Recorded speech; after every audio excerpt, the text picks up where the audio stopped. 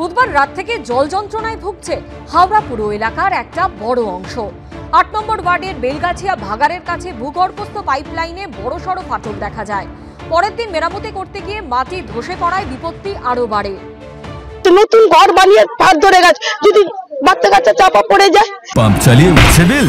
KSB pump বাঁচায় বিদ্যুৎ, বিলের প্রবলেম গেল। বিদ্যুৎ সাশ্রয়কারী জার্মান টেকনোলজিতে তৈরি কেএসবি পাম্প। পয়সা বাঁচাও, টেনশন ভাগাও। তাদের জন্য জল পাচ্ছি না, তাদের জন্য স্যার আমি এইটার জন্যই আপনাদের কাছে দয়া চাইছি যে আমার মা বোনেদের সবার যেন সুবিধাটা যেন পেলে পরে খুব ভালো হয়। বর্তমানে হাওড়া পুরসভার দায়িত্বে রয়েছে প্রশাসক মণ্ডলী।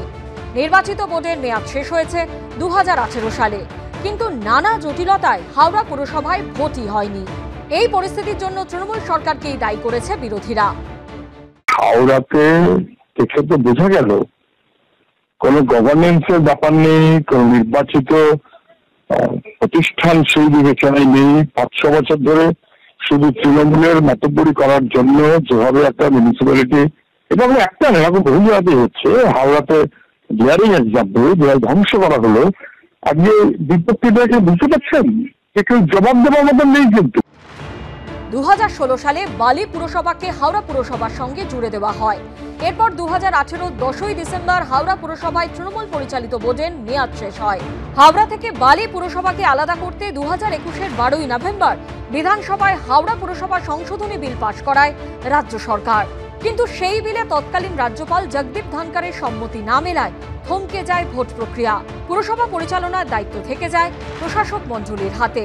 প্রায় 7 বছর ধরে এই টানাপোড়েনে ভোট হয়নি। তার জেরেই এলাকায় একাধিক উন্নয়নমূলক কাজ থমকে রয়েছে বলে অভিযোগ বিরোধীদের। তৃণমূল কংগ্রেস ছেলে খেলা করছে, ওদের নিজের দলীয় সমস্যা, যে কারণে নির্বাচন হতে পারছে না। 6 বছর ধরে একটা বড় মহানগর তার ইলেকশন আটকে রেখেছে। অতএব 6 বছর ধরে নির্বাচন আটকে রাখার কারণে ওখানে দেখভাল করার কেউ নেই। এখন তো যা চলছে লুটেপুটে খাওয়া চলছে, কারণ দেখার কেউ নেই, ওখানে নতুন করে কিছু করার কেউ নেই। অতএব এই নামে প্রশাসক আছে, কিন্তু চারিদিকে লুট চলছে। হিথ্রো লন্ডনের এয়ারপোর্ট খুব বিখ্যাত জায়গা, দিনে 1000-এর বেশি প্লেন ল্যান্ড করে, সেখানে আগুন লেগেছে। এটা একটা দুর্ঘটনা। হাওড়ার ক্ষেত্রেও বিজেপি বলার আগে দুবার ভাবছে না যে মানুষের জীবন, মানুষের সমাজে এইরকম দুর্ঘটনা জড়িয়ে আছে। সব কিছু নিয়ে রাজনীতি চলে না।